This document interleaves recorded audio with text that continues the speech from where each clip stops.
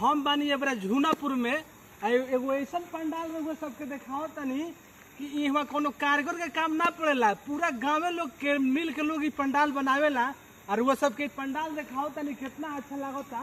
और इनमें हम बात करतनी कि पूरा गाँव के सहयोग से ही काम होला। अंदर दिखावा हो कितना अच्छा माई का मूर्ति बनल बा और गांव के हमार लोग सब बाटे जो भैया लोग के सहयोग से ही बनल बाटे।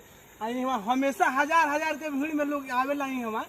और हम सोचनी है कि ऐसा कोई नइखे कि अपना हाथ है अब कारगर कह के पंडाल बनो, यहाँ सबके सहयोग से ही बनता।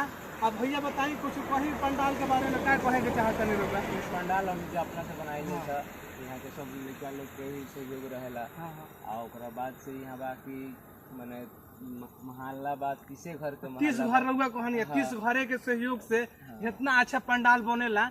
रहुआ सबके बहुत अच्छा ही लागला। यही तरह